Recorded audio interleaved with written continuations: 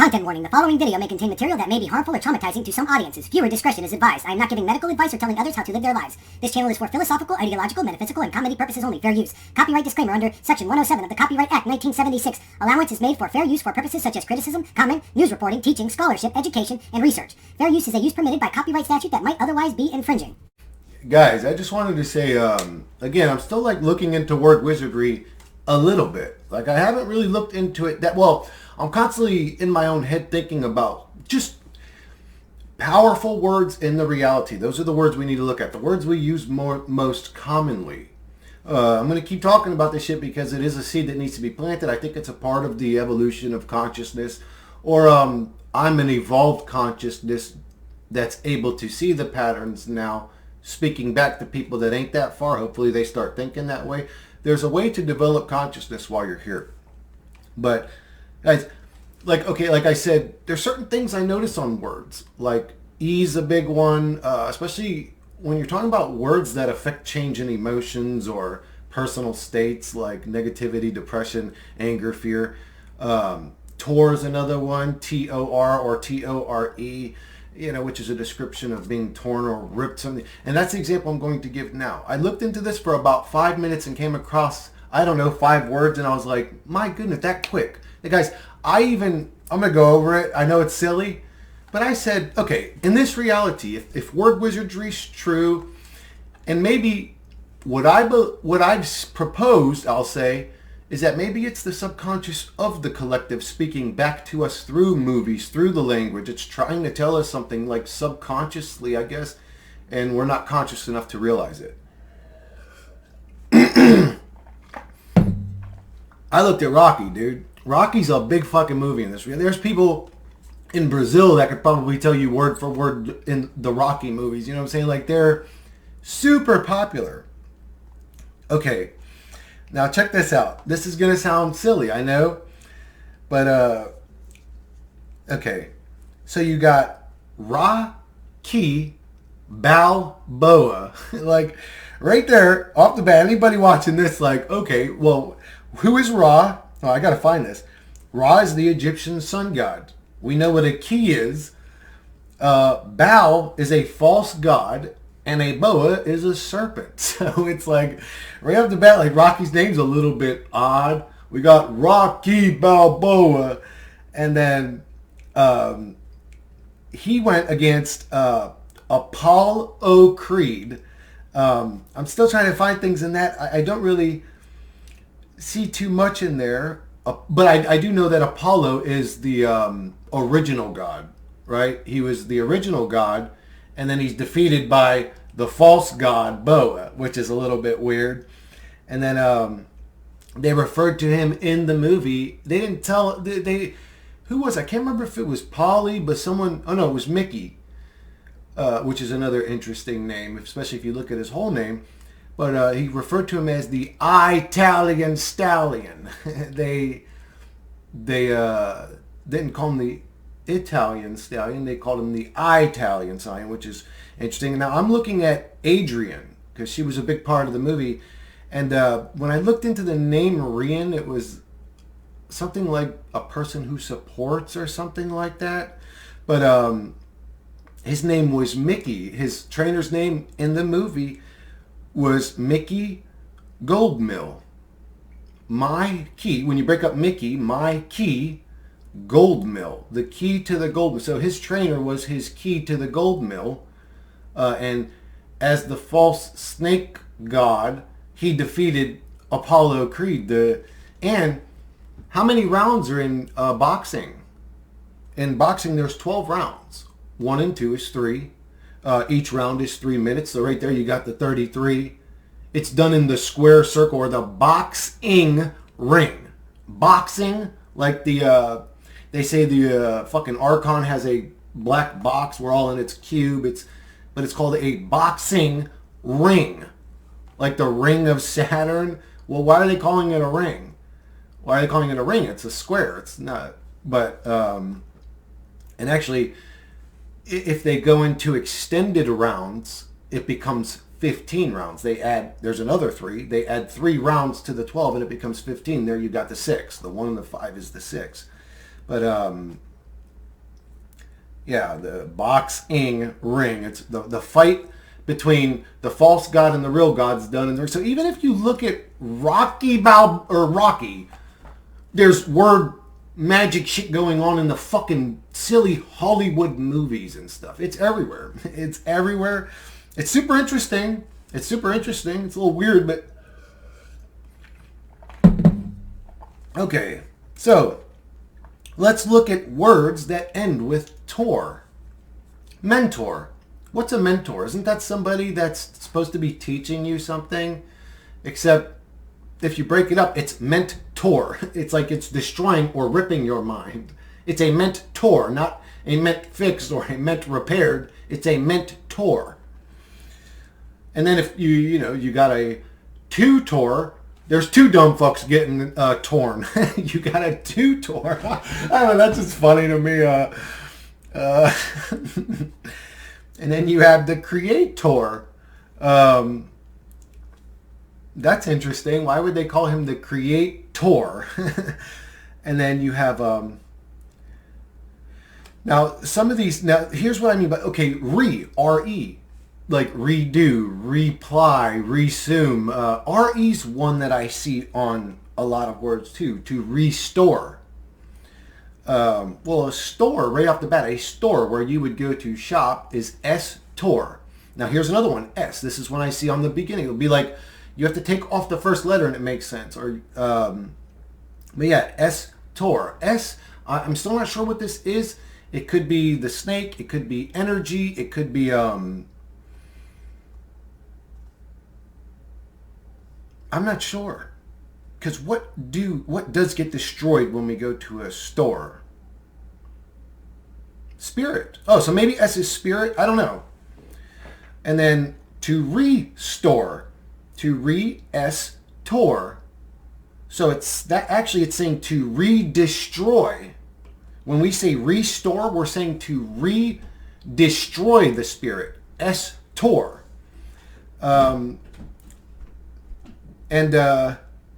What the hell is this? Oh, this is one I found interesting that ended with tor, which was a curator. A curator is a museum overseer. But the reason that one's interesting to me is because it's positive. It's never positive. This says curator.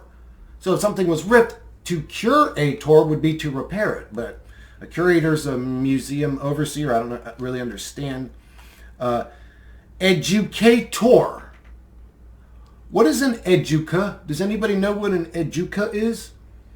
It is the Roman goddess of children and taking care of children and especially making sure of what they eat.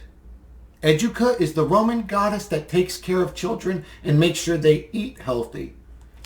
Well, we have educators. What do? The complete opposite of what the Roman goddess was trying to do. They destroy the children. So yeah, adding tor to educa makes complete sense in this fucked up dookie boy around. Realtor. I wouldn't go to a realtor unless you want your real life torn apart. A realtor. Right in the word. I might have to pause this for a sec, guys. 1 sec. Okay, sort of like re-looking at this. I think, and that's also why I'm doing this. I think we have a lot of good minds on here to help us all figure this shit out. I think S equals spirit, and I think E equals either energy or emotions, because it's always used in that context. But let's continue. Yeah. If you want your real life to be torn, go to a realtor. They'll set you up real good to get fucked up your ass for your whole life permanently, paying double what you should have been paying because of things called interest. Interest. I'm doing this now with every fucking word. Oh yeah, an editor. E-die-tor. If E is our energy or emotions, an editor destroys those things. Our emotions are... So a doctor. A dock is something that's used in water to kind of dock or to pull your boat in, to dock your boat. But a doctor... They use a lot of water references in government, especially in military. They use a lot of sexual references in military. It's actually weird. But a janitor, what is a janitor? Well, Jani is a gift from God. That's what it's called. Or you could relate it to Yani, which would then be, what's that like Janus? Yani would be like Janus, the 11 god or whatever, but Jani Tor. But what's interesting is a Jani is considered a gift from God and Tor, and then a gift from God, Tor, but a janitor cleans up shit all the time. It's almost saying like our gift from God was to be in this chore, monotonous, mop it up, fucking clean it up reality. Actor breaks down, and this is another one. The letter C can also be replaced by the word see. Seamen, actor, so that breaks down to A, C, tor. We're referred to as seamen. So a C-tor, this an actor could be to divide humanity, to destroy humanity, to rip humans apart.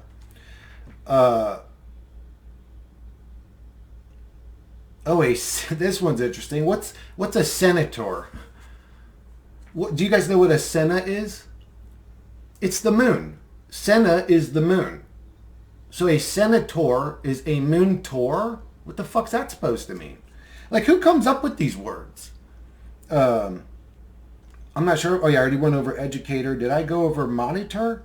Oh yeah, monitor, like your computer monitor, a person that monitors you. Monitor, mani equals eternity, thinker, and thoughtful. So if you're tearing those things up, you're destroying eternity, thinkers, and thoughtful people. And we wonder why everybody doesn't think and everybody's a fucking thoughtless, non-thinking, fucking, well, I could switch eternity up and say they're fucking very finite little stupid creatures, but they're the opposite of thoughtful and thinking nowadays, aren't they? Well, we're all sitting in front of monitors, so maybe these things are being torn out of us. Again, this word wizardry stuff's interesting. I think it's like the fact that I looked into Rocky and just the names and stuff for 5 minutes and came up with these fucking, I don't know, 8 different examples of how, I don't know, movies, editors, editors, I don't know why they put things like that in movies. I don't know if it's the subconscious speaking through them. I don't know if they themselves later go, oh crap, the good guy must have been working through us when we put that in the movie. I don't know how it works. I look at Hollywood or Hollywood type people and I see them as evil or demonic or narcissistic or materialistic, or I would say there ain't too many of them that seem to give a fuck about humanity. It's just hard for me to believe, like, oh, those are the good guys over there in Hollywood, and they're trying to give us little secrets and tips and da-da-da, but they would be demonized by this realm if they were good guys. Let's remember that part, too, because the Truman Show doesn't benefit them. The Matrix does not benefit them. These movies, the Nines, all these, they don't benefit them. Movies that make people think about their reality more deeply does not benefit them. Because them is the ones that want to nullify and destroy thinking. Them is the ones that don't want you to think. Them is the ones. So who are we dealing with here? What's actually going on? Is it an AI scripted reality to the point that if you're the CEO of a company that just witnessed AI being sort of sentient or powerful and it scared you and you tweet out, hey, AI is getting dangerous, all of a sudden you get randomly found in some random trunk in some random car in some random neighborhood? Like the reality becomes alive and just needs to get you out of there. If you're a powerful voice speaking against AI reality, that's happened before. Just I'm not making that one up. That's a story that actually happens.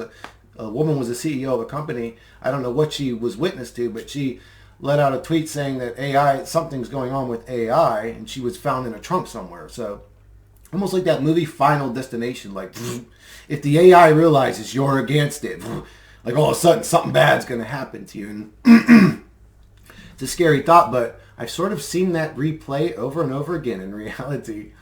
Something appears when good has something to say. Something appears when good starts to get power. Something appears that derails good every time. Doesn't happen to bad. Always happens to good. But, you know, if bad's in power, man, millions of people will get cooked in ovens and tortured and hit with weird chemical sprays and experimented on and slave wage labor. Just this whole reality is disgusting, and we give ourselves away to these demonic pieces of fucking useless filth. But anyways, I don't know, man. I'm starting to believe the multiverse. I'm starting to believe that reality can change for you mainly, and the variations that you coexist with after that still exist in your reality. You're actually just variations of the original individual that they were. For example, if I switched realities into a totally different reality, my brother Dean may still be there, right? My brother Tom may still be there. But it's a different version of them than the one that they used to be if I switched realities. Is it still them? I don't know. I would think that the soul's that powerful that we are infinite creatures and we are having simultaneously infinite amounts of experiences all at once.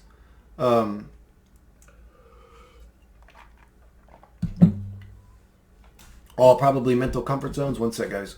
I should have just wrapped this one up, guys. I'm going to go ahead and wrap this one up and start on a comment reply video. I'll catch you guys on the next one.